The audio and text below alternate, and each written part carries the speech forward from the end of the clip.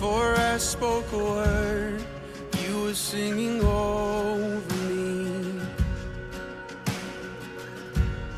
You have been so, so good to me. Before I took a breath, you breathed your life in me. And you have been so, so kind to me. Oh, the overwhelming, never-ending. 할렐루야, 반갑습니다. 네, 오늘 벌써 로마서 39번째 시간이고요. 오늘 주제는요, 피하식별. 피하식별. 긴장할 필요는 없습니다. 제가 피하식별하는 건 아니고요. 하나님께서 하나님의 영적 전쟁을 치르실 때 피하식별을 먼저 합니다. 왜냐? 하나님의 사람들이 다치면 안 되거든요. 그래서 하나님은 영적 전쟁을 치르시더라도 하나님의 사람과 악인과 선인을 함께 심판하지 않으시고 피하식별, 즉 구별합니다.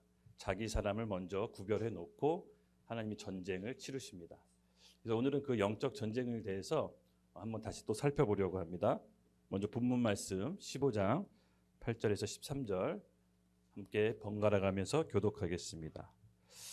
제가 먼저 읽겠습니다. 시작. 내가 말하노니 그리스도께서 하나님의 진실하심을 위하여 할례의 추종자가 되셨으니 이는 조상들에게 주신 약속들을 견고하게 하시고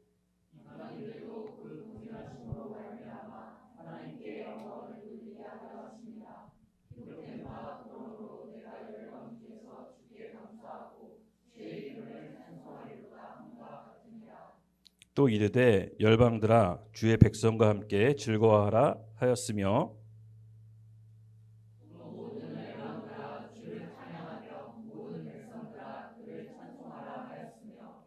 또 이사야가 이르되 이새의 뿔이 곧 열방을 다스리기 위하여 일어나시는 이가 있으리니 열방이 그에게 소망을 두리라 하였느니라. 다 같이 읽겠습니다.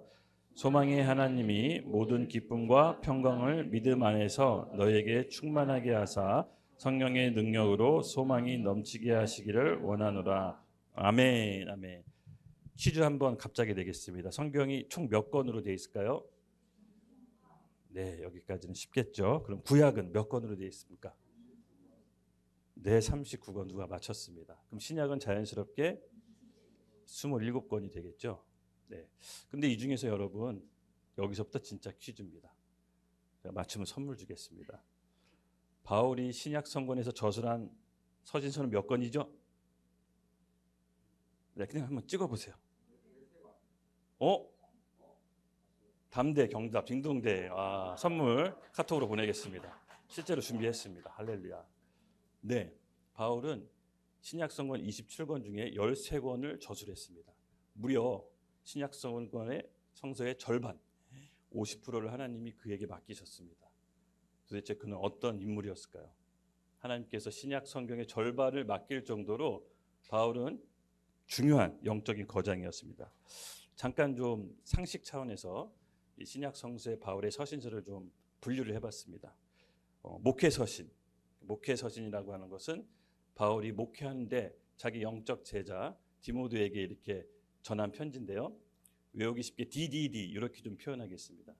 DDD 옛날에 뭐 이런 노래가 있었죠, 그렇죠? D자로 시작해서 목회서신입니다.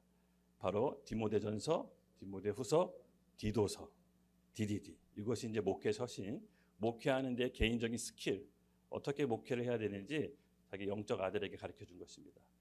그럼 옥중서신이 있습니다. 옥중서신. 옥중서신은 맞습니다. 목중서신은 총 4권, 4권입니다. 4권. 제가 외우기 쉽게 이렇게 표현해 볼게요. 애골빌빌. 애골빌빌. 옥중서신이니까 감옥이 있었습니다. 그래서 감옥에 들어가면 애나 어른이나 골골대고 빌빌댄다.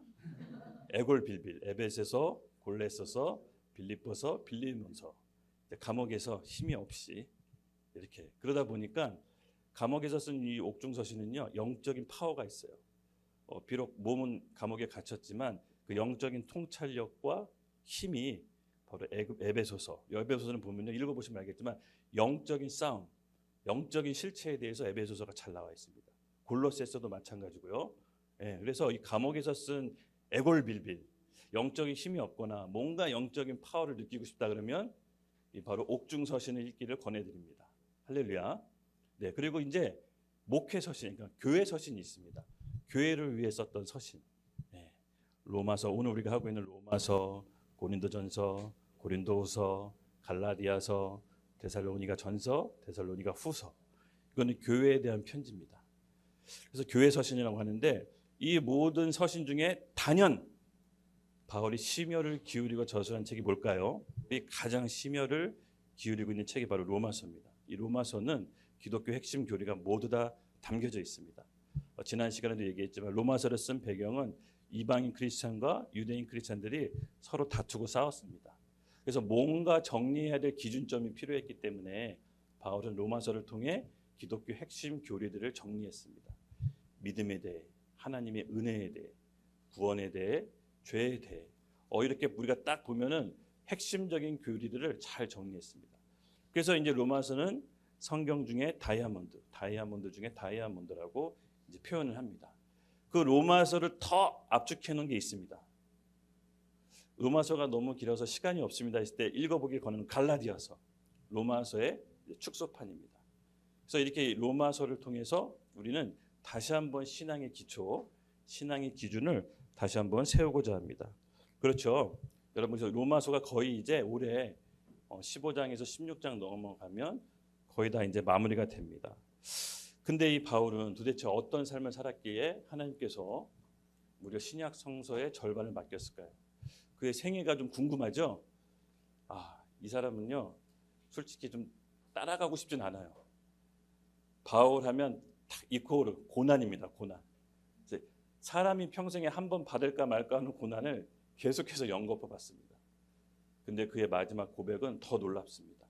그렇게 고난을 받고도 내가 받은 은혜가 족하다. 그럼에도 불구하고 은혜가 얼마나 족한지 우리 한번 이분의 영적인 그런 거장의 고백을 한번 들어볼까요? 네, 고린도후서 11장 23절에서 27절 같이 함께 읽겠습니다. 시작.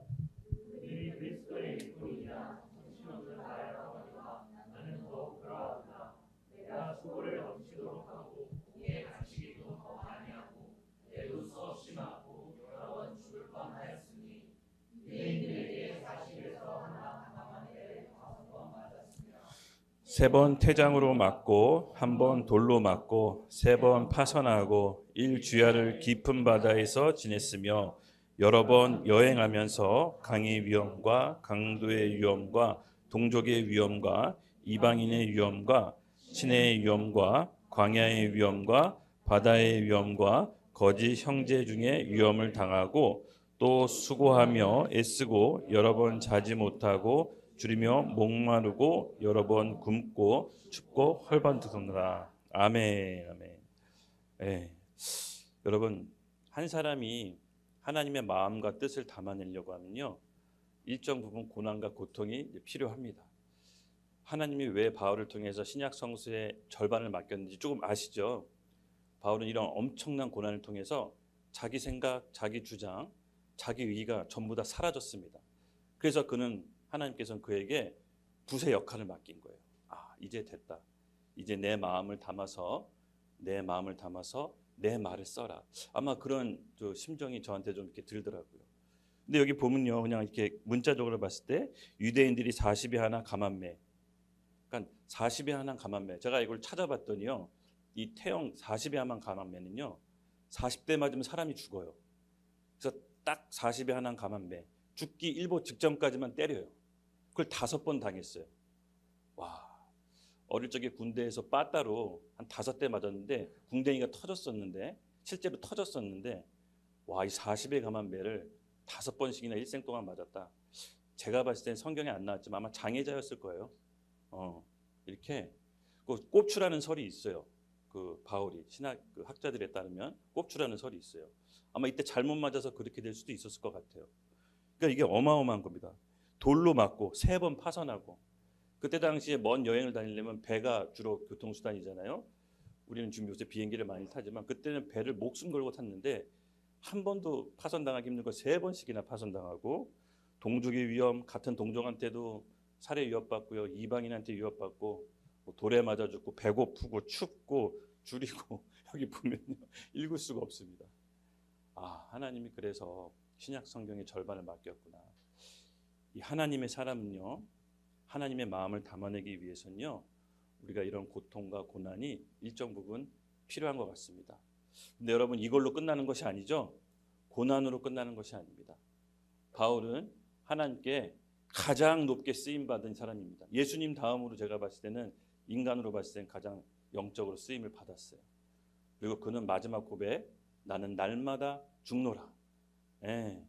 그럼에도 불구하고 바울은 의롭게 자기 스스로를 내세우거나 또 자기를 자랑하지 않았습니다. 오히려 주님 앞에서 늘 겸손히 나는 날마다 죽노라는 것을 고백함으로 하나님의 신실한 종으로 살아갑니다.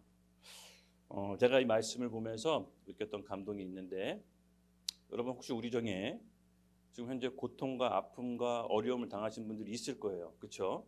말로는 다 표현하지 못했지만 아마 지금 그 고통 과정을 통과하시는 분도 계셨고 전에도 통과했을 분도 계십니다. 근데 오늘 제가 드리고 싶은 말씀은 여러분 그 고난과 고통이 끝이 아닙니다. 하나님이 바울을 쓰셨듯이 여러분들을 쓰시기 위한 과정입니다. 반드시 그 과정을 통과하고 계시다면 하나님께서 여러분을 쓰실 겁니다. 예, 그냥 머리로 알아 지식으로 사는 거랑 내가 내 삶의 경험으로 알아서 사는 거는 완전히 다른 것입니다. 하나님께서 여러분 가운데 고통 가운데 주셨고 그 깊은 터널 가운데 통과하고 계시다면 기도하시고 기뻐하십시오. 하나님께서 쓰실 것입니다. 아멘. 욥은 이렇게 얘기합니다. 23장 10절 말씀 같이 읽겠습니다. 시작. 그러나 내가 가는 길을 그가 아시나니 그가 나를 단련하신 후에는 내가 순금같이 되어 나오리라. 아멘. 아멘. 순도 높은 황금이 되기 위해서는 단련되는 과정이 필요합니다. 불로 가열되고 망치를 치고 연단돼서 불순물이 조금씩 제거됩니다. 그렇게 불순물이 제거된 황금은 가장 값비싼 안에 임하게 되는 것입니다. 그런 말씀 안에 임하게 되는 것입니다. 그런 말씀 한 구절을 우리가 깨닫고 믿기까지는 어쩌면 십수년이 걸릴 수도 있습니다. 제 경험도 그랬거든요. 근데 이게 너무나도 큰 축복입니다. 말씀을 관념적으로 사는 크리스찬들이 아직 너무나도 많습니다. 하나님께서는 진리의 영이신 말씀을 통해서 오늘 우리를 이끄십니다. 이 말씀을 통해서 순종하는 삶을 우리가 매일매일 살아갈 때 진짜로 하나님의 참 지식을 얻게 되는 것입니다. 이 지식이 우리 삶의 경험을 통해서 하나 둘씩 축적될 때 하나님께서는 때와 어느 시간 속에 여러분들을 사용하실 것입니다. 예, 그래서 그날을 여러분 기대하십시오. 예, 그래서 기쁜 것입니다. 제가도 얘기했지만 인생 세옹지마라고 했습니다. 예, 누구 한 명 잘 되고 못 된 거 이일비하지 마십시오. 우리는 하나님께서 보여주신 방향대로 계속해서 나아갈 때 하나님께서 쓰실 것입니다. 저 그런 감동이 있어요. 우리 여기 계신 모든 분들 하나님께서 2025년도 사용하실 거고 올해 사용 못한다면 내년에 사용하실 거고 내년 사용 못하면 내후년에 사용하실 것입니다. 아멘. 아멘. 네, 지난 시간 우리가 싸움의 법칙을 같이 함께 배웠습니다. 그렇죠? 지난 시간 싸움의 법칙 혹시 기억나세요? 예, 공동체 안에서 나와 생각과 가치관이 다를 때 그 사람들하고 어떻게 싸우는 것인지. 사실은 이 싸움은 타인과의 싸움이 아니라 나 자신과의 싸움이라고 했죠. 그래서 싸움의 지점 포인트를 잘 잡아야 된다고 했습니다. 여기서 싸움은 사실 나, 내 자, 내 혼이라고 했습니다. 그래서 내가 어떤 것을 싸울 때 그것이 나의 기쁨 때문에 싸우는 건지 아니면 하나님을 기쁨을 위해서 싸우는 것인지 그 지점과 포인트를 잘 잡지 않으면 나도 하나님을 위해서 사는 것 같지만 사실은 나를 위해서 사는 것이었고 내가 나를 위해서 사는 것 같았었는데 사실은 하나님을 위해서 사는 것이었네. 이렇게 헷갈릴 수가 있습니다. 그래서 우리는 이 싸움의 지점을 나로 포커스를 맞춰야 됩니다. 그렇죠? 지난 시간 우리 수족관 악간 물고기 이론을 제가 얘기했죠. 사실은 공동체 안에서 다른 사람의 모습이 눈에 거슬리고 안 좋고 좀 뭔가 지적해주고 싶을 때 사실은 그 모습을 통해서 하나님은 거울로 내 자신을 보라고 하는 것입니다. 예, 그렇게 내 자신을 볼 때 하나님께서 그것을 처리할 수 있도록 기회를 주는 것입니다. 사실 그렇게 했을 때 그 사람을 위해 기도하는 것이고 나를 위해 기도하는 것입니다. 갈라디아서 6장 1절에는 이렇게 얘기합니다. 함께 읽겠습니다. 시작.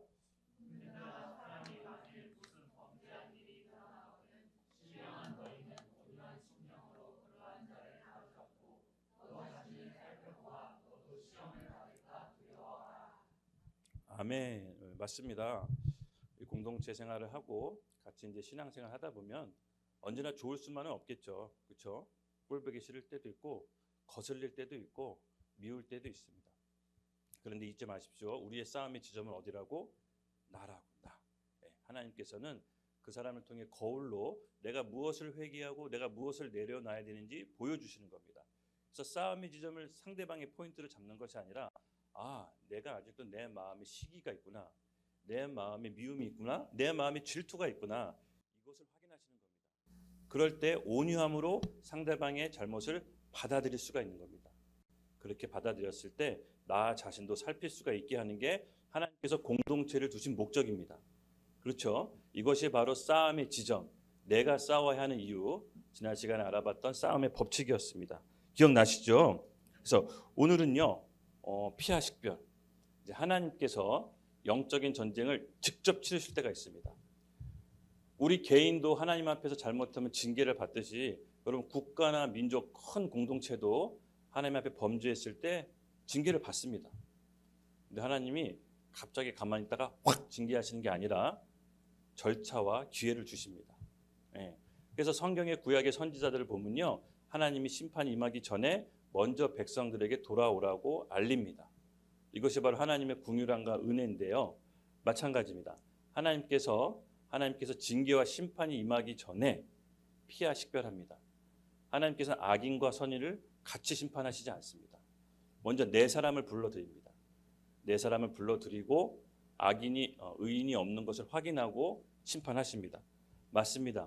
우리 개인적으로 하나님 징계를 받을 때 여러분 우리가 고통과 아픔을 겪습니다. 여러분 바울이 아까 우리 살펴봤지만 어떤 사람이었죠? 예수 믿으러 잡으러 다니는 사람이었어요. 아주 예수 믿는다고 하면 예수쟁이들을 하면 치를 떠는 사람이었어요. 그래서 그는 외국까지 나가서 예수 믿는 사람을 잡으러 다니는 사람이었어요. 그렇게 혈기왕성하고 예수라고 하면 치를 떨고 예수 잡는 사람을 너무 미워하던 사람이 다메섹으로 도장에서 예수님을 환상으로 보고 눈이 멀죠. 그리고 그는 회심하게 됩니다. 맞습니다. 여러분 한 개인도 하나님께서 그런 극적으로 다루시지만 우리 안에서도 내면의 전쟁이 시작되는 겁니다. 그래서 우리 안에서도 개인적으로 피하 식별이 있어야 됩니다. 우리의 싸움의 포인트가 뭔지를 알아야 그 피하가 식별이 돼야 싸움의 지점을 또 알 수가 있는 것입니다. 그렇죠? 그래서 이제 먼저 하나님께서 전쟁하시기 전에 하나님의 피하 식별 과정이 있습니다. 그래서 오늘은 사실 19장을 다 하려고 했는데 이거 19장 다 하면 시간이 너무 오래 걸린 것 같아서 다음 시간하고 좀 나눠서 해야 될 것 같습니다. 그래서 오늘 주제 우리 같이 함께 읽어보겠습니다. 부제도 함께 읽어볼게요. 시작. 피하 식별. 부제 악인을 극복. 네, 아멘. 피하 식별 보통 어떨 때 쓰죠? 군사용어죠? 네, 군사용어입니다. 전투나 전쟁할 때 아군과 적군을 구별해야 됩니다. 아군과 적군을 구별하지 못하면 아군끼리 싸워서 피해를 보는데 여러분 영적 전쟁도 이와 같습니다. 네. 바울은요 영적 전쟁을 정말 이렇게 전투, 군인으로 많이 표현합니다. 그래서 우리 그 뉴스에 보면 러시아, 우크라이나 전쟁 보면 혹시 우크라이나 군인들 팔 완장에 파란색 완장 보셨어요? 뉴스 못 보셨어요? 그 우크라이나 군인들 보면 파란색 완장 차고 있습니다. 그게 뭐냐면은 러시아 군인하고 우크라이나 군인하고 생긴 게 똑같아요. 군복도 비슷해요. 그래가지고 아군끼리 싸울 수 있어서 파란색 완장을 딱 우크라이나군을 찼습니다. 그리고 러시아 탱크 보셨어요? 러시아 탱크도 우크라이나에서 많이 쓰고 러시아 비행기도 우크라이나에서 비행기 많이 써요. 그래서 러시아 탱크에서는 Z자 이렇게 표시해놨어요. 네, 같은 비행기가 같은 편이 폭격하지 말라고. 네, 그게 뭐냐면 다 이제 피하 식별입니다. 그래서 본격적인 전투가 시작되기 전에 아군과 적군을 구별하는 작업이 필요합니다. 하나님도 이 영적인 전투를 치르기 전에 징계를 하시기 전에 이런 영적인 피하 식별을 먼저 합니다. 본인의 자녀, 본인의 백성을 먼저 구별하시고 심판하십니다. 그것이 바로 하나님의 징계의 절차 법칙인데요. 이것을 오늘 우리가 잘 배운다면 하나님 편에 쓸지 어디 편에 쓸지 우리도 입장 선택을 잘 할 수 있겠죠. 네, 아멘. 지금은 여러분 때가 굉장히 혼란스럽고 분별하기 어려운 때입니다. 사실 말씀으로 잘 온전히 기준 잡지 않으면 누가 누구 말인지 옳고 그른지 잘 분별이 안 돼요. 사실 저도 유튜브 보고 있으면 너무 헷갈려요. 이 사람 말 들으면 이 사람 말 맞는 것 같고, 저 사람 말 들으면 저 사람 말 듣는 것 같고. 그래서 안 듣기로 했어요. 안 듣기로 그냥 우리 통독하는 거 있잖아요. 말씀 보는 거. 뭐 그것만 해도 세상 돌아가는 거 몰라도 그냥 대충 그래도 목회하다 보니까 이 세상 뭐가 이슈인지는 알아야 돼서 뉴스는 보는데 뭐 이렇게 세상 들에서 메시지는 잘 요새는 듣지 않으려고 합니다. 맞습니다, 여러분. 우리의 영적 싸움은요, 사실은 피와 식별은 말씀으로만 가능합니다. 말씀을 보지 않으면 사실 영적으로 흐릿해집니다. 여러분, 아담과 하와가 왜 망했죠? 하나님의 말씀을 흐릿하게 알았습니다. 분명 하나님의 말씀은 이 선악을 알게 하는 나무를 먹으면 단정지어서 얘기합니다. 죽는다. 그런데 시간이 지났는데 하와가 흐릿하게 알고 있었죠. 사단은 금방 딱 간파했습니다. 저 하와가 말씀을 흐릿하게 하네? 옆에서 얘기합니다. 그거 먹으면 죽지 않는다. 죽지 않는다라고 말을 바꿉니다. 그랬더니 하와가 뭐라고 하죠? 죽을까 하노라? 그 말의 뉘앙스가 뭡니까? 먹고 안 죽을 수도 있지 않을까? 생각이 바뀝니다. 그랬을 때 하와는 먹어버리죠. 자기 안에 피와 식별을 못한 겁니다. 즉 우리의 싸움의 지점은 우리의 죄로 물든 자, 혼, 우리 생각, 감정, 의지가 아닙니다. 그래서 우리가 이 생각, 감정, 의지는 죄로 물들었다라고 여러분 인정하셔야 됩니다. 성경은 그렇게 얘기하고 있습니다. 우리가 죄화되었다고. 그래서 우리 생각과 감정, 의지를 우리의 싸움의 포인트로 잡아야 됩니다. 그렇죠? 그래서 아담과 하와가 그 실패했던 그 지점이 수천 년 지난 오늘날까지에도 동일하게 역사합니다. 그래서 우리가 말씀을 흐릿하게 알고 말씀이 분별력이 없을 때 사단은 개별적으로 혼란스럽게 하고 여러 가지 세상의 메시지를 통해서 우리를 혼란케 합니다. 그때 우리의 선택은 우리의 인생을 어둡게 만들죠. 그래서 여러분, 공동체와 개인적인 영적 생활이 그 어느 때보다도 중요한 시점입니다. 그래서 이것을 게으르게 하지 마십시오. 다만 우리가 진짜로 뭐 그거 몰라도 뭐 크리스찬 아닌 사람들 잘 먹고 잘 살잖아요. 전도사님 이렇게 얘기할 수 있습니다. 잘 먹고 잘 살 수는 있습니다. 하지만 영원한 삶을 꿈꾸는 우리에게서는 그 잘 먹고 잘 사는 것이 이 땅에 국한되어 있는 것이 아닌 줄로 압니다. 왜냐하면 우리 삶은 죽어서도 영원히 지속된다라고 우리의 다짐에 나와 있잖아요. 그렇죠? 죽음 이후의 삶을 우리가 인정하고 죽음 위에 심판이 있다라는 것을 우리는 믿기 때문에 현세의 삶에서만 만족할 수는 없는 것입니다. 할렐루야. 그래서 우리가 이 영적인 싸움, 내 개인적인 영적인 싸움의 포인트가 누구라고요? 내 자아, 혼이라고도 얘기하죠. 영어 성경에는 soul이라고 표현하고 우리 퓨시케, 헬라어는 퓨시케라고 얘기합니다. 그래서 우리 이 퓨시케, soul, 혼, 생각, 감정, 의지죠. 이것이 우리의 싸움의 포인트입니다. 이 혼이 그러면 어떻게 건강해질 수 있느냐? 우리가 매일 하는 말씀 있죠. 우리가 시편 말씀을 고백하죠. 이것을 통해서 혼이 바로 잡힙니다. 이것은 과학적으로 증명됐습니다. 우리가 말씀을 고백할 때 우리 귀가 듣죠. 뇌에서 작용해서 뉴런이 만들어집니다. 그래서 우리가 하나님 말씀을 우리 영에 다운로드 시키면요, 혼의 생각이 잡히고 육신의 몸도 따라오게 돼 있습니다. 그래서 우리의 싸움의 지점, 이 혼을 바로 잡기 위해서는 영으로부터 하나님 말씀을 받아야 됩니다. 그것이 우리가 살 수 있는 영적 피하 식별을 할 수 있는 여러분 유일한 길입니다. 유일한 길. 제가 유일한 길이라고 단정 짓습니다. 다른 길로는 영적인 기준을 잡을 수가 없습니다. 그래서 말씀으로 우리가 하나님께서 이 세상 모든 걸 창조하신 걸 믿었죠? 하나님은 말씀으로 창조하셨습니다. 그래서 그 말씀이 육신이 되어 우리 가운데 나타나신 분이 누구십니까? 예수 그리스도. 그분이 십자가에 죽고 부활하셔 우리에게 누굴 주셨죠? 보혜사 성령님. 그 성령님은 진리의 영이라고 했죠. 그 성령님께서는 말씀을 우리를 인도하신다고 했습니다. 그래서 이 말씀과 우리는 뗄래야 뗄 수가 없는 것입니다. 말씀 자체가 하나님이고 그분의 영인 것입니다.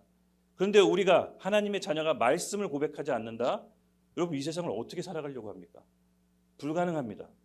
인간도 먹을 양식을 먹어야 살아갈 수 있잖아요. 근데 영적인 존재 하나님의 자녀인 인간이 말씀을 고백하지 않고 산다? 생각만 해도 아찔합니다. 우리의 이 인간의 메커니즘은요, 영혼 육으로 구조가 되어 있듯이 영이 잡히지 않으면 혼과 육도 자연스럽게 망가지는 구조입니다. 그래서 이 혼이 우리 하나님 말씀을 왜곡해서 받아들입니다. 여러분 프리즘 알죠? 프리즘. 빛이 프리즘을 통과하면 빛이 굴절돼서 여러 가지 색깔로 나오죠. 마찬가지입니다. 이 혼을 잡아야 됩니다. 즉 우리가 죄로 물든 혼, 우리 생각, 감정, 의지가 하나님 말씀 앞에 복종시키는 훈련을 해야 하나님 말씀을 온전히 있는 그대로 왜곡 없이 받아들입니다. 왜냐하면 우리는 죄화되었기 때문에 아담과 하와 이래로 우리 생각, 감정, 의지는 어떻게든 죄화되었기 때문에 하나님의 말씀을 온전히 받아들이기 이미 어떻게 보면 틀렸다라는 게 성경의 얘기입니다. 그래서 우리 죄된 인간은요, 하나님의 말씀을 고백하고 내 영에 심기고 말씀 따라 순종하는 훈련을 계속해서 해야 되는 것입니다. 하나님께서 우리를 너무 사랑하셔서요, 우리를 고아처럼 버려두시지 않는다고 했습니다. 그래서 우리가 말씀을 따라갈 수 있도록 환경을 만들어 주시고 공동체를 보내주시고 의인들을 우리 삶 속에서 보내주십니다. 여러분 느껴지시나요? 네, 그래서 우리가 지금까지 여기까지 있는 것입니다. 저는 28살 먹을 때까지 예수님을 거부하고 바울처럼 예수님 믿는 사람들을 조롱하고 괴롭혔습니다. 뭐 때리진 않았는데 대학교 다닐 때 CCC에서 전도하라고 오면 제가 그렇게 못되게 굴고 비아냥거리고 조롱했습니다. 그래서 우리 형이 전도사였잖아요. 방학 때만 되면 형 친구들을 저한테 보내왔어요. 그래서 제가 아주 얄궂게 앞에서 술을 따라주면서 이 술 한 잔 먹어야 나랑 대화할 수 있어. 뭐 이렇게 제가 조건을 걸었거든요. 우리 형이 보낸지 제가 알고 있었기 때문에 이렇게 좀 못되게 굴었죠.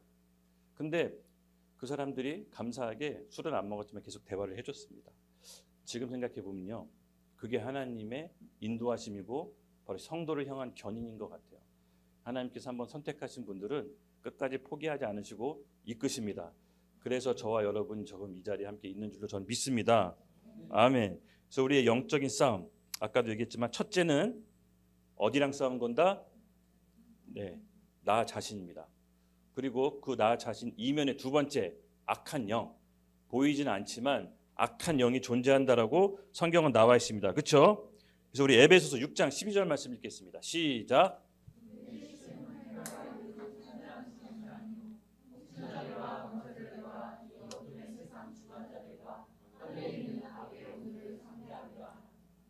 아멘, 아멘. 즉 우리의 혼도요, 악한 영이 틈타서 우리의 혼을 조장합니다. 즉 우리의 혼은 왜곡되고 어떻게 보면 죄로 물들었죠. 사단이 잘 압니다. 어떤 상황 가운데서 어떤 일을 벌이면 우리가 하나님의 반대편에 서는지 너무나도 잘 압니다. 어떻게 보면은 하나님도 우리를 너무 잘 알지만 사단도 우리의 약점을 너무 잘 알고 있는 박사급입니다. 예, 그는 표현하기로는 세상 임금이라고 표현합니다. 공중의 권세 잡은 자, 예뱀, 사단이라도 표현하고요. 그는 어둠의 세상 주관자라고도 얘기합니다. 즉 그는 우리에 대해서 너무 잘 압니다. 그래서 우리가 어떤 유혹을 받는지도 여러분 너무 잘 압니다. 그래서 바울은 우리 스스로 우리를 이길 수 없다라고 표현까지 했습니다. 맞습니다. 우리 힘과 의지로는 우리는 죄와 싸워서 이길 수가 없습니다. 예. 로마서 7장 22절에서 23절은 바울이 이렇게 표현합니다. 함께 읽겠습니다. 시작. 내 속사람으로는 하나님의 법을 즐거워하되 내 지체 속에서 다른 한 법이 싸워 내 지체 속에 있는 죄의 법으로 나를 사로잡는 것을 보는도다. 아멘. 바울의 이런 괴로움이 느껴지나요? 예. 신약 성경의 절반을 저술한 바울조차도 자기도 자기 안에 괴물이 있다. 마치 지킬 박사 하이드, 지킬 앤 하이드를 옛날에 뮤지컬로 본 적이 있는데, 예. 딱 이 바울의 말씀이 떠오르더라고요. 낮에는 하이드로 변해서 사람을 막 죽이러 다니고 판단하고 정죄합니다. 선과 악을. 그리고 낮에는 지킬 박사로 정신과 의사로 사람들을 이렇게 아무렇지도 않게 치유합니다. 예, 그러면서 밤만 되면 괴로워합니다. 맞습니다. 마치 우리가 바울과 같은 심정이 바로 지킬 박사 하이드 같은 심정일 것 같습니다. 속으로는 내가 하나님의 법을 지켜야 되는 것도 알고 그 법이 즐거운데 내 지체 속에 다른 한 법이 작용해서 내 마음의 법과 싸워서 내 지체 속에 있는 죄의 법으로 나를 사로잡는다. 오라, 나는 공고한 자다 라고 그가 탄식합니다. 여러분, 이 싸움은 우리의 능력과 힘과 의지로 이길 수 있을까요? 아닙니다. 아닙니다. 바로 성령을 통해 성령의 통치를 받음으로 넉넉히 이길 수 있는 것입니다. 예, 바로 우리가 이 성령으로 인도함 받는 삶을 저랑 함께 이렇게 말씀을 들으면서 또 계속 공부하게 될 것입니다. 그래서 오늘 우리 주마서 말씀의 주제가 되었듯이 여러분, 악한 영을 통해서 우리 왜곡된 폰을 통해서 거짓 메시지를 주는 것을 조심하십시오. 특별히 죄와 사람을 분리하셔야 됩니다. 사단이 주로 쓰는 전법이 뭐냐면요, 우리를 죄짓게 해서 그 죄가 우리 인격하고 같이 보게 함으로써 죄책감, 정죄감 들게 만듭니다. 예, 여러분, 죄를 지었을 때 그 죄와 우리 인격은 하나인 것이 아닙니다. 우리의 육체가 연약해서 죄를 질 수 있지만 죄 자체는 우리가 아닌 것입니다. 그래서 죄와 사람을 구별하셔야 됩니다. 상대방이 내 지체가 죄를 졌다고 해서 그 사람을 탓하고 욕하는 것이 아닙니다. 그 죄 자체는 미워하되 그 사람을 위해 기도해 주셔야 되는 겁니다. 우리가 흔히 많이 하는 실수가 죄와 그 사람의 인격을 결합시키기 때문에 그 사람이 미워지고 내가 정죄감이 들고 내가 미워지는 것입니다. 사단은 이런 방법으로 지금이나 옛날이나 똑같이 우리에게 정죄감을 들게 해서 하나님과 단절시키려고 합니다. 잊지 마십시오. 죄와 사람과 인격은 같은 게 아닌 것입니다. 우리의 인격은, 우리의 몸은, 육신은 비록 연약하여 죄에 걸려 넘어질 수 있으나 우리의 영은 하나님의 완전한 자녀로서 새로운 피조물로 거듭났다고 했습니다. 이 개념을 잘 이해하셔야 됩니다. 어떻게 보면 이해보다 믿음으로 가셔야 돼요. 그냥 믿으세요.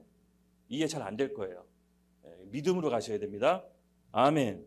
그래서 오늘 우리가 이 로마서 말씀을 통해서 계속해서 살펴볼 거는 하나님이 이 세상을 대적하며 싸웠을 때 그 이제 과정이 있습니다. 그 과정을 지금부터 이제 함께 살펴볼 텐데요. 본문 말씀 들어가도록 하겠습니다. 8절에서 9절 우리 같이 함께 읽겠습니다. 시작. 그가 말하노니 주께서 하나님의 진실하심을 위하여 할례의 추종자가 되셨으니 이는 조상들에게 주신 약속들을 견고하게 하시고 이방인들도 그 궁일하심으로 말미암아 하나님께 영광을 돌리게 하려 하심이니라. 기록된 바 그러므로 내가 열방 중에서 주께 감사하고 주의 이름을 찬송하리라 함과 같으니라. 아멘. 아멘. 먼저 본문 말씀을 설명드리기 전에 먼저 우리가 영적 피하 식별에 있어서 꼭 중요한 컨셉이 있습니다. 어떤 컨셉이냐? 하나님이 이 세상을 어떻게 바라보는지 이 컨셉부터 장착하고 말씀을 좀 들어가겠습니다. 기본적으로 하나님께서 이 세상을 바라보는 성경적인 관점이 뭘까요, 여러분? 하나님께서 심판하시기 위해 눈을 부릅뜨고 작정하고 내 사람 아닌 사람 구별하시는 분일까요? 기본적인 컨셉은 그게 아닙니다. 하나님은 악인 선인 모두 다 살기를 원하시고 기다리시고 오래 참으시고 기회를 주십니다. 근데 하나님의 이 일정 기간이 지나면 피하 식별을 하기 시작합니다. 왜냐하면 그분의 속성은 거룩하시지만 공의로우시기 때문에 죄와 함께 있을 수가 없습니다. 그래서 우리가 십자가를 봤을 때 사랑과 공이 함께 나타난다고 하죠.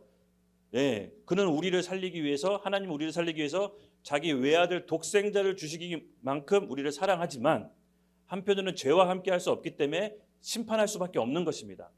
그래서 저 십자가를 보고 내 죄 때문에 예수 그리스도께서 대신 십자가에 못 박혔다는 걸 죽고 인정하고 그로 인해 내가 하나님과 만날 수 있다. 예수의 피에 공로에 입어 하나님과 다시 만날 때다 인정하는 사람이 예수를 주와 그리스도로 고백할 수 있는 것입니다. 그랬을 때 내가 받은 심판이 어떻게 된다고요? 유월된다. 심판이 죄가 없어지는 것이 아니라 죄가 있지만 넘어간다는 뜻입니다. 그래서 우리가 이 십자가의 개념을 잘 이해할 때 사실 하나님의 속성이 모두가 담겨져 있습니다. 우리를 살릴 만큼 너무 사랑해서 자기 외아들을 죽일 만큼 사랑하지만 한편으로는 그 죄에 대해서는 가만히 보고 있을 수가 없는 것입니다. 때가 되면 심판하십니다. 그래서 그 심판에 이르기 전에 하나님께서 오늘 이 절차를 우리에게 같이 나누게 하시는 겁니다. 피하 식별을 먼저 해야 된다. 제가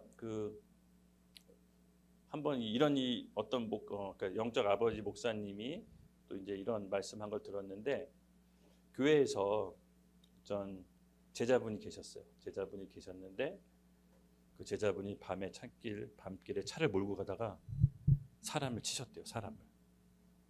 그래서 너무 놀래가지고 그냥 지나갔대요. 그냥 지나가서 집에서 너무 무서워서 이렇게 있다가 목사님한테 전화를 했대요. 목사님, 제가 밤에 사람을 친 것 같습니다. 근데 지금 뺑소니를 쳤습니다. 어떻게 해야 되죠? 목사님 어떻게 할까? 너무 무섭습니다. 그랬더니 목사님께서 누구누구야 자수해라. 자수해라.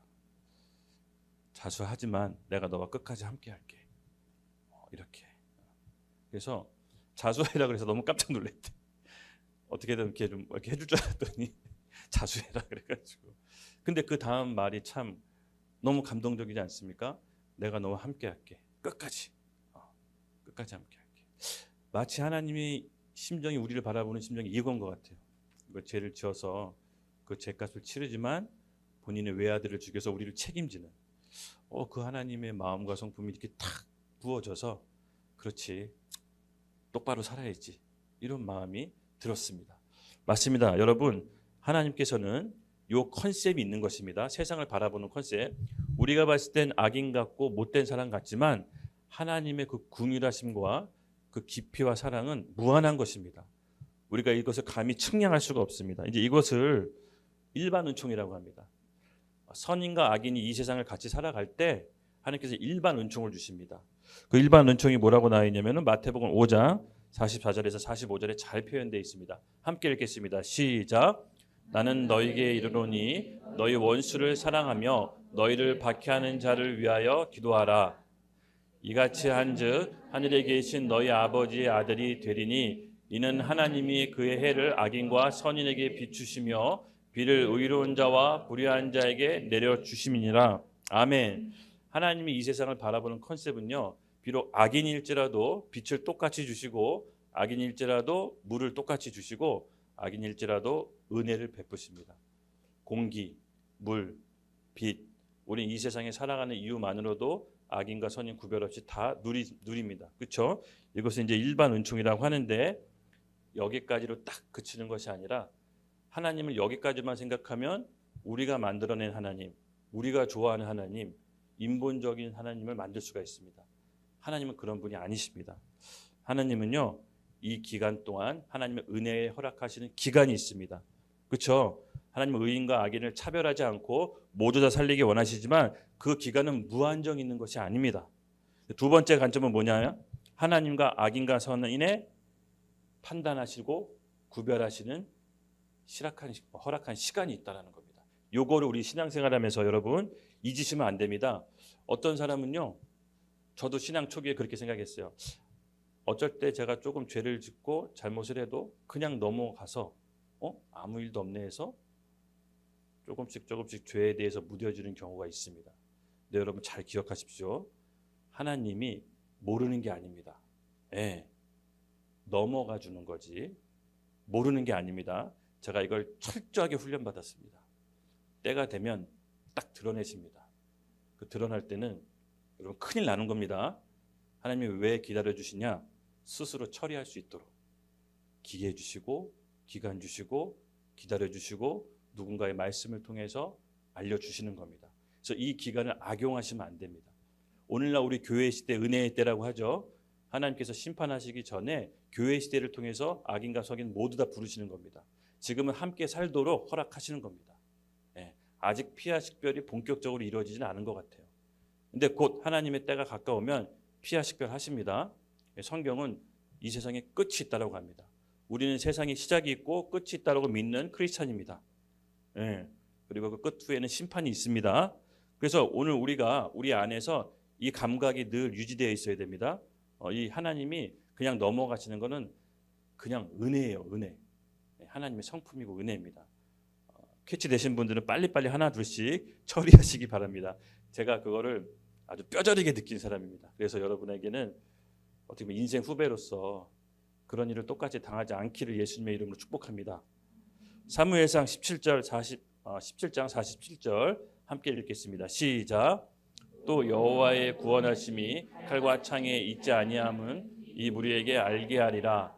전쟁은 여호와께 속한 것인즉 그가 너희를 우리의 손에 넘기시리라. 아멘. 아멘. 여호와께서 구원하심이 칼과 창에 있지 아니함은 이 무리에게 알게 하려 하니라. 전쟁은 여호와께 속한 것인즉 그가 우리를 손에 넘기시리라. 사람의 구원과 여러분 흥망성쇠는 누구의 손에 달려 있다고요? 하나님께 속해 있는 것입니다. 민족과 국가의 전쟁도 사실은 하나님께 속해 있는 것입니다.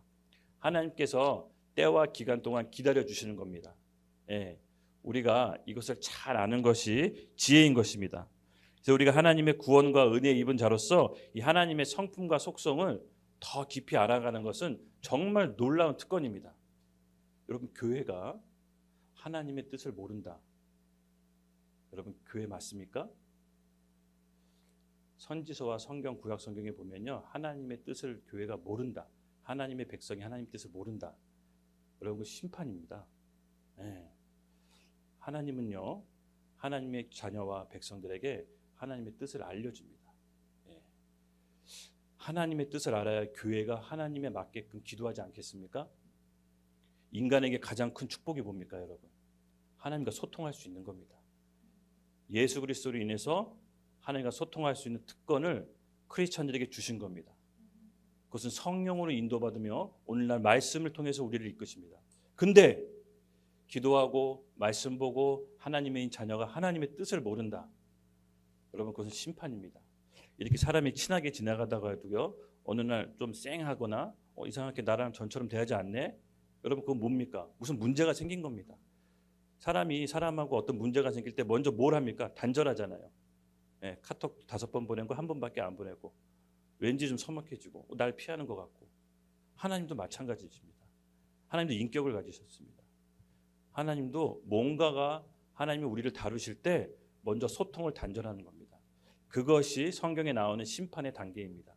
구약 성경의 말라기 선지자에게 400년 동안 하나님께서 선지자를 보내지 않으십니다. 단절하십니다. 예. 여러분, 하나님의 음성을 듣지 못하고 하나님의 마음을 모른다.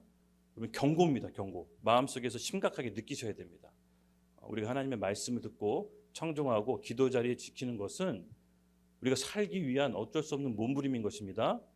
그래서 제가 말씀을 전하고 성경을 볼 때 저도 이렇게 확정적으로 뭔가 이렇게 단정적으로 얘기할 때는 제 개인적인 생각으로 해석하는 것이 아닙니다. 네. 기도와 말씀 가운데 이것은 성령께서 이 자리에서 선포하라고 주신 마음에 강한 감동이 있기 때문에 하는 거기 때문에 제가 개인적으로 제 인간적으로 한다라고 생각하시면 큰 오산인 것입니다. 네, 여러분 듣는 분도 이미 신앙이 성숙했기 때문에 제가 말할 때 다 알아들을 겁니다. 또 김전도사 개인적인 생각인지 하나님께서 성령이 주신 감동인지 다 분별할 수 있지 않겠습니까? 제가 그것을 믿기 때문에 이렇게 얘기할 수 있는 것입니다. 아멘. 믿습니다, 여러분을. 예. 그래서 이런 컨셉, 여러분, 이런 컨셉을 장착하셔야 됩니다. 그렇죠? 기본적인 하나님 컨셉이 뭐다?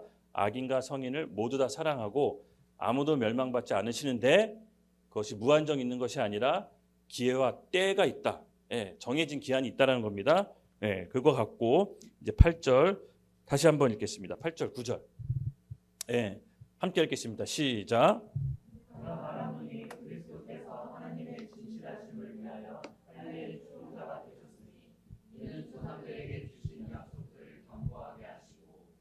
이방인들도 그 긍휼하심으로 말미암아 하나님께서 영광을 돌리게 하려 하심이라. 기록된 바 그러므로 내가 열방 중에서 주께 감사하고 주의 이름을 아멘, 아멘. 네, 내가 말하노니 바울이 얘기하지만 아까도 얘기했지만 여러분, 이게 바울이 인간적으로 쓴 것 같지만 바울이 쓴 게 아닙니다. 그렇죠? 그의 노고와 고생과 그의 인생 여정 가운데 하나님이 그의 인생을 받으셔서 그의 붓을 대신 이용한 겁니다. 그의 인격을 이제 비로소 사용한 겁니다. 그래서 바울이 말하노니 했을 때는 인간 바울이 얘기하는 게 아니라 성령 하나님께서 말하는 겁니다. 즉 선전포고입니다. 선전포고. 전쟁할 때도 전쟁 룰이 있습니다. 예. 그냥 해서 기습 공격해서 뒤통수 치면 이거 진짜 야비한 겁니다. 그렇죠? 국가 간에도 국가 전쟁의 룰이 있어요.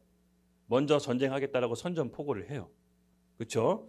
그 상대방이 어느 정도 준비할 수 있도록 합니다. 이 기습 공격은요, 국제법에서도 위반입니다. 아주 야비한 겁니다. 그래서 바울은 내가 말하노니 하고 영적인 선전포고를 하는 것입니다. 그렇죠? 명분이 있어야 됩니다. 명분. 모든 전투에는 명분이 있어야 됩니다. 명분없이 하는 전투는 뭐라고 하죠? 우리가 소위 말해서 양아치 짓이나 하는 거라고 얘기합니다. 맞습니다. 이렇게 하나님의 일을 할 때는 선전포고, 하나님의 종들에게 먼저 선전포고를 합니다. 여기서 보면 하나님의 신실하심을 위하여 할례의 추종자가 되셨으니 이는 조상에게 주신 약속을 견고하게 하시니라. 예, 하나님께서는요, 먼저 전투에 임하기 전에 피하 식별하기 전에 하나님의 성품을 먼저 나타내십니다. 즉 유대인을 위한 하나님뿐만 아니라 이방인을 위한 하나님입니다. 9절 이렇게 얘기합니다. 이방인들도 그 궁일하심으로 말미암아 하나님께 영광을 돌리게 하려 하심이니라. 기록된 바 그러므로 내가 열방 중에도 주께 감사하고 주의 이름을 찬송하리로다 함과 같으니이다. 아멘. 할례의 추종자가 되셨다는 것은 유대인의 말씀에도 하나님께서 신실하게 응답하셔서 유대인을 통해 메시아 그리스도를 주셨듯이 그것이 유대인을 위한 것이 아니라 이방인도 함께 긍휼히 여기사 하나님께 영광을 돌리게 하기 위해서 이방인, 유대인 함께 구원하기 위한 하나님의 어떻게 보면 성품인 것입니다.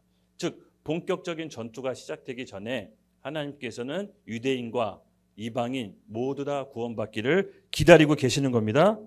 아멘.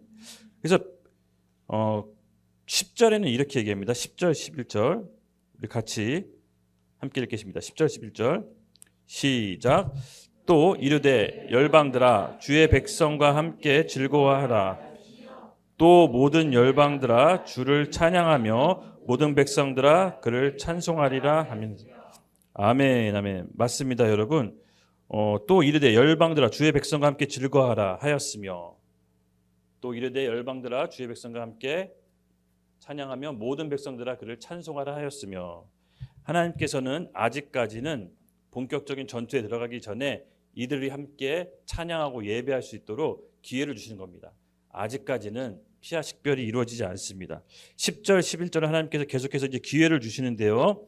이 기간 우리가 착각하지 말아야 되는 것은 오로지 하나님의 성품으로 인해서 이 기간이 허락된 거지 어떤 우리가 선해서 우리가 잘나서 우리가 하나님 앞에 의로워서 이 기간이 허락된 것이 아닙니다. 그래서 이방인, 유대인 모두가 하나님께 찬양할 수 있도록 하나님께서 이 기간 동안 허락하신 겁니다. 바로 그 기간이 역사적으로 볼 땐 오늘날입니다. 이 교회 시대라고 하죠. 오순절 성령 강림하고 초대교회 교회가 만들어진 다음에 심판 전까지 하나님께서는 교회를 통해서 이방인도 계속 부르시는 겁니다. 이 구원의 잔치에 참여할 수 있도록 이 기간을 계속 허락하시는 겁니다. 그것은 우리의 공로가 아닙니다. 우리의 잘나서가 아닙니다. 하나님의 일방적인 은혜로 그분의 성품으로 이 시간이 허락된 것입니다. 그래서 아직까지는 이때는 누가 선인이고 악인인지 구별할 수가 없습니다. 같이 살아갑니다. 그래서 선인인가 악인인가 구별할 때는요. 어떤 계기가 있습니다. 여러분, 계기. 평상시에는 잘 드러나고 있지 않다가 어떤 하나님이 계기가 딱 허락하시면 뭔가 생각지도 못한 계기 가운데 사건이 터집니다. 그때 하나님 편에 섰던 사람들, 아닌 사람들이 딱 분별됩니다. 이때가 중요한 때인데요. 미리 깨어 있어서 하나님 안에서 있지 않으면 우리가 실수할 수도 있습니다. 내가 하나님 편에 섞여 있다고 생각하더라도 아닐 수도 있고요. 저 사람이 하나님의 사람 같지 않은데 아닙니다. 하나님 편에 속해 있을 수도 있습니다. 그건 겉으로 드러나는 것이 아닙니다. 예, 어떤 사건이 딱 터져봐야 안 합니다. 대표적인 사람이 누가 있었죠? 성경에? 베드로 여러분 어땠습니까? 누구보다도 오버하면서 예수님께 충성 다짐했습니다. 주는 살아계신 하나님이시오. 그렇죠? 하나님의 아들이십니다. 그렇게 고백하고 칭찬받았지만 예수님이 체포하던 날 매몰차게 예수님을 배신하고 3번 부인하고 저주까지 퍼붓습니다. 맞습니다. 예수님이 체포되는 그 사건이 있어야 본인의 진짜 믿음이 어땠는지 내가 겉으로는 예수님 편에 쓴 것 같았지만 사실은 아니었구나라고 사건을 통해서 하나님이 밝히시는 겁니다. 그래서 그 사건은 여러분 사실은 나쁜 게 아니에요. 신앙의 여정 가운데 그 사건을 통해서 내 진짜 신앙의 모습을 알 수가 있는 거지 지금같이 우리가 교회에서 편하게 예배하고 찬양하고 이렇게 말씀 듣고 이럴 때는 우리가 다 믿음이 있는 줄로 착각하는 겁니다. 예. 특히 우리 지금 이 상황 가운데 우리가 예배받는데 방해받지도 않고 핍박받지도 않잖아요. 가까운 저 멀리 북한에는 예수 믿는 것만으로 핍박받습니다. 중국 교회도 예수님을 드러내놓고 믿기 어렵다고 합니다. 우리는 지금 특별한 때에 살고 있습니다. 기독교 역사 2000년 동안 이렇게 박해 없이 예수 믿는 건 되게 드문 경우예요. 그러니까 우리가 이 은혜를 잘 모르고 있는 겁니다. 우리 이 문화 속에 젖어 있어서 사실 우리는 굉장히 특별한 때에 살고 있습니다. 그런데 이 특별한 때가 하나님의 은혜로 유지가 되고 있는데 일정 기간 끝나면 어떻게 된다? 어떤 사건이 여러분 주어지게 되는 것입니다. 12절 읽겠습니다. 시작. 또 이사야가 이르되 이새의 뿔이 곧 열방을 다스리시기 위하여 일어나신 이가 있었으니 열방이 그에게 소망을 두리라. 아멘. 예, 여기서 말합니다. 이사야가 이르되 이사야. 예. 이사야가 여러분 어떤 인물이죠? 지금 12절부터 갑자기 논조가 바뀝니다. 갑자기 이사야의 말을 바울이 끌어옵니다. 그리고 분위기가 살짝 바뀝니다. 그렇죠? 11절까지는 모든 열방들이 주를 찬양하며 모든 백성들아 그를 찬송하라고 했는데 갑자기 12절부터는 이사야서의 말씀을 끌어옵니다. 그렇죠? 이사야는 어떤 인물이었습니까? 하나님의 선지자로서 심판을 선고하던 선지자입니다.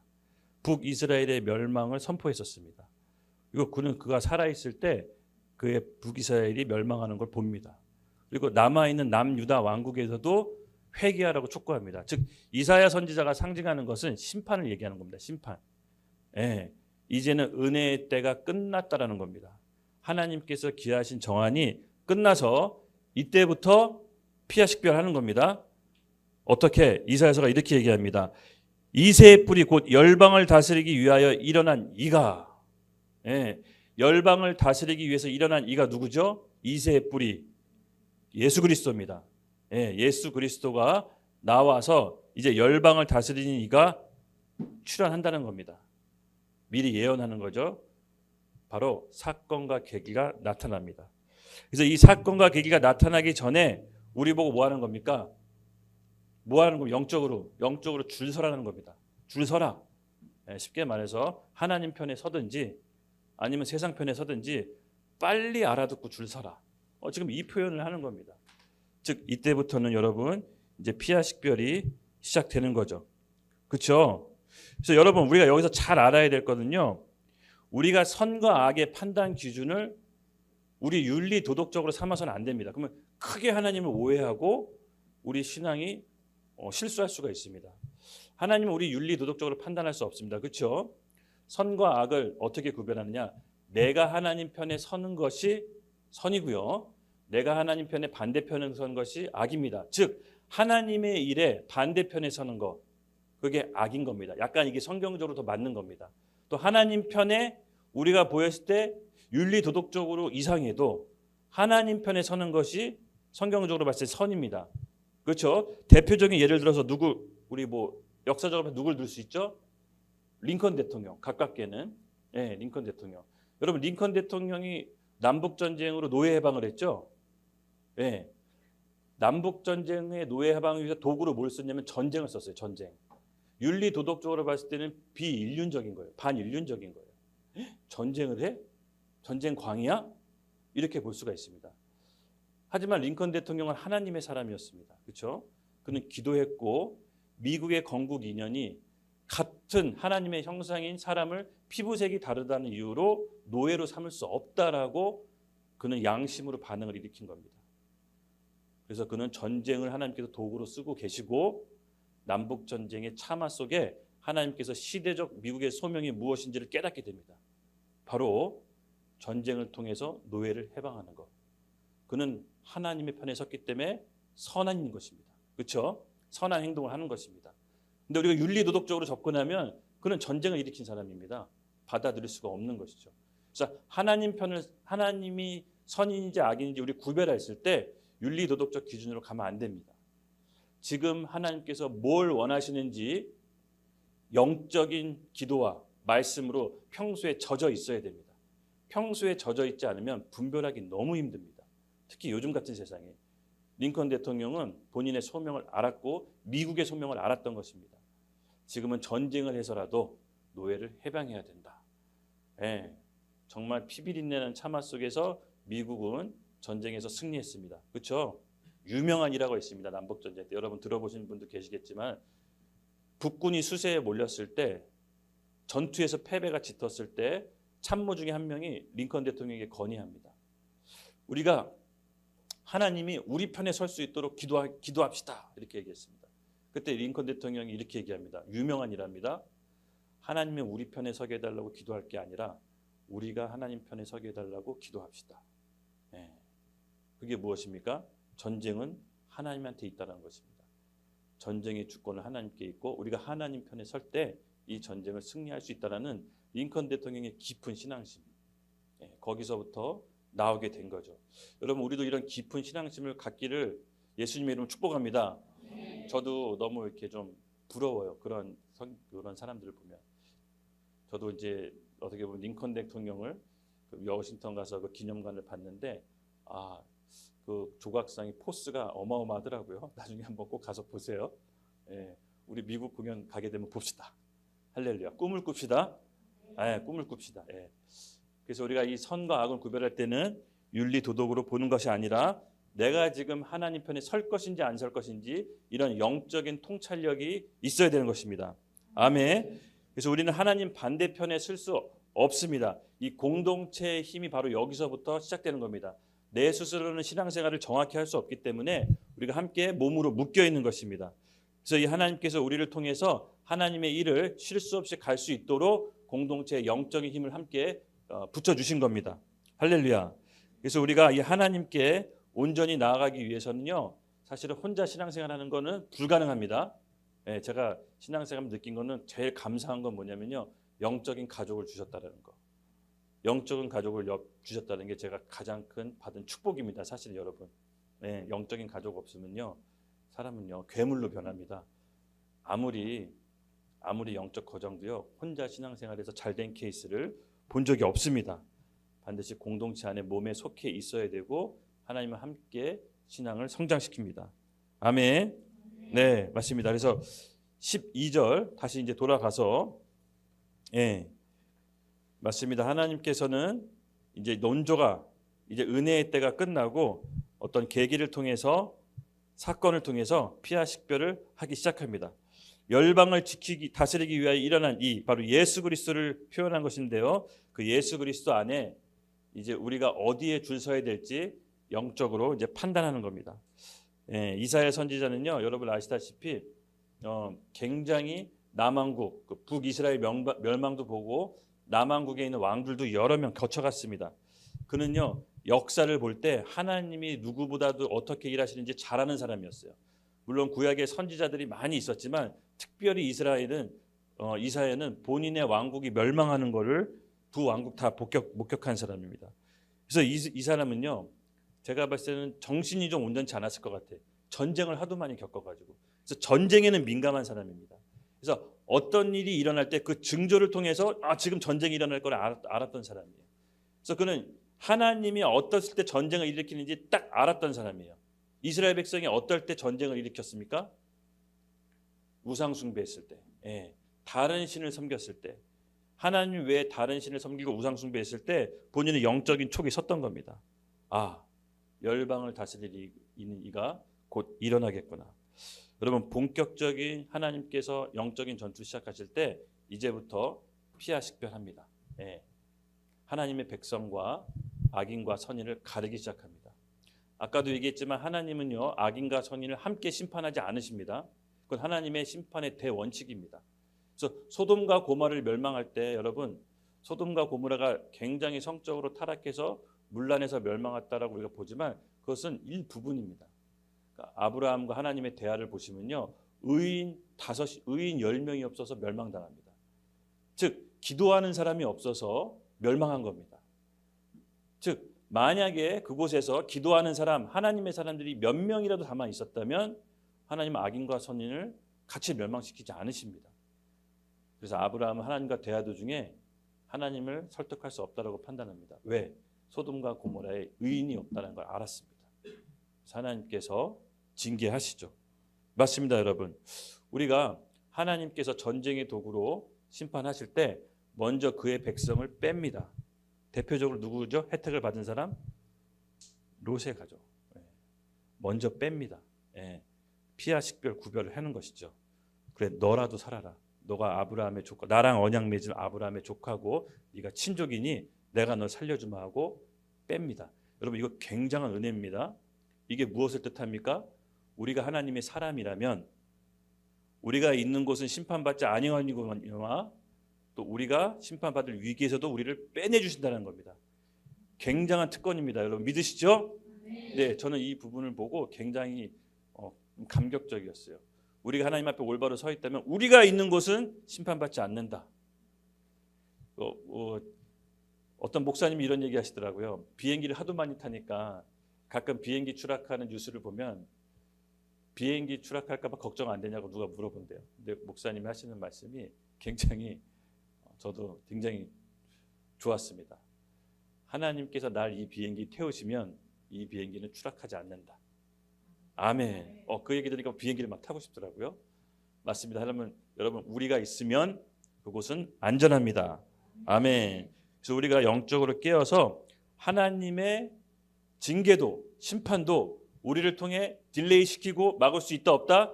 있다. 성경적인 근거가 있다. 예, 창세기 18장 23절에서 26절 두 구절 같이 읽겠습니다. 시작. 아브라함이 가까이 나아가 이르되 주께서 의인을 악인과 함께 멸하라 하시니까 26절 여호와께서 이르시되 내가 만일 소돔 성읍 가운데서 의인 50명을 찾으면 그들을 위하여 온 지역을 용서하리라. 아멘. 아멘. 우리가 있는 곳은 하나님께서 은혜를 베푸셔서 용서하신다는 뜻입니다. 아멘. 사실은 피하 식별은 하나님의 은혜인 것입니다. 그래서 우리가 하나님 편에만 있고 하나님 편에 속해만 있다면 피하 식별은 당연히 이루어져야 되는 것입니다. 하나님의 공의가 이루어지지 않으면 하나님의 사랑도 이루어질 수 없는 것입니다. 그래서 우리가 피하 식별을 통해서 하나님 안에 있다는 것을 확인하게 되고 하나님의 은혜의 입은 자라는 것을 다시 한번 확인하게 되는 겁니다. 그 징계를 통해서. 할렐루야. 맞습니다. 이처럼 우리는 하나님께서 우리를 심판하실 때 우리 국가나 민족 큰 단위를 심판하실 때는 하나님의 법과 절차가 있는 것입니다. 그래서 여러분 우리 하나님의 성품을 찬양하고 기도합시다.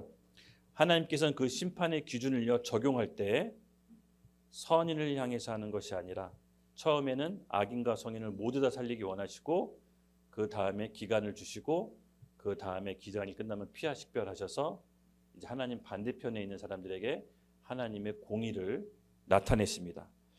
여러분 우리 개인적인 삶도 마찬가지입니다. 여러분 개인적인 삶은 지금 어느 지점에 와 있습니까? 하나님의 은혜 가운데 있습니까? 아니면 하나님의 공의 가운데 있습니까? 네. 점검해 보시기 바랍니다. 잘 모르겠다. 네. 기도해 보시면 압니다. 저는 제 대부분 여기 있으신 분들은 하나님의 은혜 가운데 있다라고 믿습니다. 왜냐하면 오늘 전할 제 메시지는 우리 의인에겐 절대로 하나님이 뭐라고요? 심판을 면하시고 딜레이시키고 심판을 유월시킨다는 겁니다. 내가 하나님 편에만 속해 있다면. 네. 할렐루야. 네. 13절 같이 읽겠습니다. 소망의 하나님이 모든 기쁨과 평강을 믿음 안에서 너에게 충만하게 하사 성령의 능력으로 소망이 넘치게 하시기를 원하노라. 아멘. 아멘. 예. 피하 식별이 끝난 다음 하나님께서는 반대편에 섰던 자들에게 소망에 대해 말씀하십니다. 피하 식별 끝난 다음에 전쟁 아닌가요? 바로 이제 죽이는 거 아닙니까?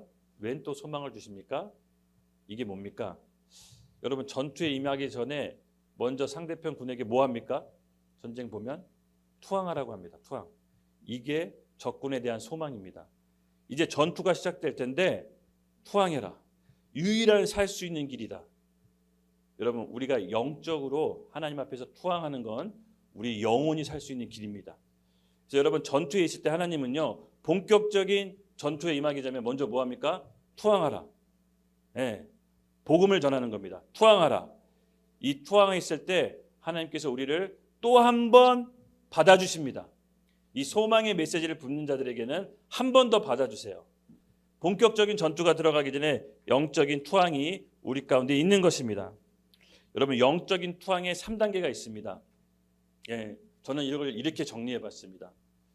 하나님께서는요 우리를 심판하실 때 바로 심판하시는 것이 아니라 우리의 투항의 3단계를 저는 거치게 한다고 믿습니다. 첫 번째 뭐냐? 바로 십자가에서 죽는 겁니다. 네, 말씀 같이 보겠습니다. 마태복음 16장 24절 시작. 이에 예수께서 제자들에게 이르시되 누구든지 나를 따르거든 자기를 부인하고 자기 십자가를 지고 나를 따를 것이니라. 아멘. 예수님을 믿어도 우리 영적인 투항을 계속해서 해야 되는 것입니다. 첫 번째 투항, 바로 예수님을 따라가서 자기 십자가를 지는 투항입니다. 여러분, 예수님께서는요, 누구든지 자신을 따라오려거든 자기를 부인하고 자기 십자가를 지지 않으면 따라갈 수 없다고 합니다. 여러분, 우리가 다 예수님 믿었다고 그것으로 안전하다고 생각하시면 안 됩니다. 그 다음부터는 십자가를 지고 주님을 따라가야 되는 것입니다. 이게 예수 믿는 사람의 첫 번째 투항이고요. 두 번째 투항이 있습니다. 바로 예수와 함께 죽는 겁니다. 시작. 우리가 알거니와 우리의 옛사람이 예수와 함께 십자가에 못 박힌 것은 죄의 몸이 죽어 다시는 우리가 죄에게 종노릇하지 아니하려 함이니라. 아멘. 예수를 믿었지만 우리의 옛사람, 겉사람은 아직도 하나님의 법을 따르고 싶어 하지 않기 때문에 예수와 함께 못 박는 두 번째 투항이 필요한 것입니다. 예수와 함께 못 박다. 무슨 말입니까? 예수와 함께 못 박다. 예, 진리이신 예수님의 말씀을 믿었다면 순종하는 것입니다. 오늘 나에게 주신 예수님의 말씀에 순종할 때 예수와 함께 못 박는 두 번째 투항이 이루어지는 것입니다. 여러분, 여기까지 가셔야 됩니다. 할렐루야. 그 다음 남아있는 세 번째 투항이 있습니다. 완전히 영적 파산할 때까지는 하나님께서 우리를 세 번째까지 끌고 가십니다. 골로새서 2장 20절 함께 읽겠습니다. 시작. 너희가 세상의 초동학문에서 그리스도와 함께 죽었거늘 어찌하여 세상에 사는 것과 같이 규례에 순종하느냐. 아멘. 그 다음부터는 그리스도와 함께 죽는 과정이 있습니다. 내가 예수와 함께 십자가로 죽는 것은 내 의지로 어느 정도 할 수 있습니다. 그리고 내가 오늘 말씀을 받아 말씀과 함께 예수와 함께 죽는 것은 어느 정도 할 수는 있습니다. 그러나 그리스도와 함께 하는 것은 성령의 통치를 받지 않으면 할 수가 없는 것입니다. 세상의 가치관, 세상에 사는 규례를 역으로 거스르려면 여러분, 우리 스스로 할 수 없습니다. 마지막 때에는 매매할 수도 없고 서로 이 세상 시스템을 참가할 수도 없다라고 합니다. 예수를 믿게 되면. 그럼 어떻게 거슬러서 할 수 있느냐? 그리스도 성령과 함께 우리가 그것을 통치하며 다스릴 수가 있는 것입니다. 그래서 마지막 세 번째 투항은 그리스도와 함께라는 뜻은 성령의 통치를 받아서 세상이 감당할 수 없는 믿음을 우리에게 부어달라고 기도해야 되는 것입니다. 바로 성령의 충만함이 아니면 통과할 수 없는 투항입니다. 이렇게 첫 번째, 두 번째, 세 번째 영적으로 완전히 투항해서 파산될 때 우리에게 임하는 축복이 있습니다. 마태복음 5장 3절 다 같이 읽겠습니다. 시작. 심령이 가난한 자는 복이 있나니 천국의 그들의 것이며. 아멘. 비로소 우리 안에 있는 모든 영적인 파산이 이루어질 때 천국이 우리 가운데 임하는 것입니다. 우리가 여기까지 가야 됩니다. 예배하겠습니다. 여러분, 혹시 오늘 이반 저와 함께 성령의 통치를 받으며 투항하기 원하는 사람들은 같이 기도합시다. 오늘 성령의 충만함을 구합시다. 첫째는 예수와 함께 십자가를 따라가고 자기를 부인하는 것이고, 두 번째는 예수와 함께 죽는 것이고, 세 번째는 그리스도와 함께 죽는 것입니다. 이렇게 영적인 파산을 이룰 때 성령께서 우리를 통치하시고 성령의 충만함을 더해 주시고 우리 안에 천국이 이루어질 것을 예수님의 이름으로 축복합니다. 우리 같이 일어나서 주와 함께 외치면서 기도하겠습니다. 하나님, 오늘 이곳에 정말 하나님의 진짜 복인 영적인 파산이 일어나게 하여 주시옵소서. 정말 피곤하고 지친 가운데 멀리서 주님께 예배드리러 왔습니다. 하나님, 이들에게 선물을 주시옵소서. 영적인 선물을 주시옵소서. 이 시간 하나님을 찾고 구하는 모든 심령들 가운데 영적인 파산이 일어나 하나님 앞에 전심으로 투항할 때 천국이 우리 안에 임할 것을 예수님의 이름으로 축복합니다. 우리 주여 함께 외치면서 우리 안에 천국이 임하게 해달라고 기도하겠습니다. 주여. 출애굽기 34장 14절 말씀 함께 같이 읽겠습니다. 시작. 너는 다른 신에게 절하지 말라. 여호와는 질투가 이름은 질투의 하나님이시라. 아멘. 여러분, 하나님의 사랑을 측정할 수 있는 지표가 될 수 있다고 생각해서 제가 지금 말씀을 골라봤는데요. 하나님은 우리를 너무 사랑하십니다. 얼마만큼 사랑하시냐? 질투하실 정도로. 우리가 다른 신을 섬길 때 질투하실 정도로. 하나님이 말씀 한 구절에 질투의 하나님이라고 표현한 거면 진짜 질투 강력하실 거예요. 성경은 과하게 표현하지 않거든요. 담담하게 표현합니다. 근데 하나님을 질투의 하나님이라고 합니다. 여러분, 어떤 사람도 서로 사랑할 때 그 사람의 사랑의 측도를 어떻게 측정할 수 있느냐?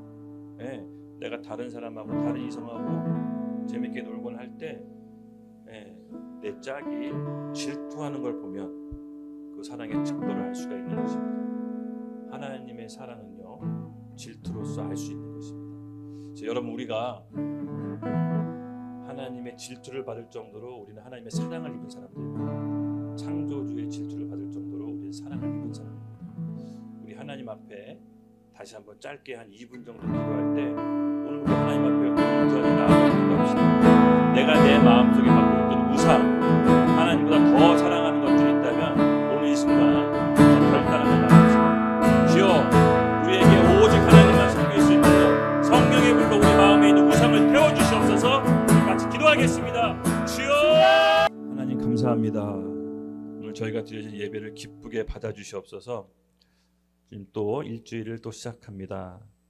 우리 안에 있는 나, 또 우리 안에 있는 우상, 오늘 말씀과 성령의 불로 가득 태워주시고 하나님 앞에서 온전히 살아갈 수 있도록 새 삶과 새 길을 열어주시옵소서. 특별히 우리 가정과 일상으로 돌아갈 때 성령의 충만함을 더해주시고 죄의 유혹으로부터 이길 수 있도록 하나님 역사하여 주시옵소서. 주님을 더 믿고 의지하며 따라가는 우리 심령들 가운데 성령의 충만함이 부어질 것을 예수님의 이름으로 축복하며 기도합니다. 예수님의 이름으로 기도드렸습니다. 아멘.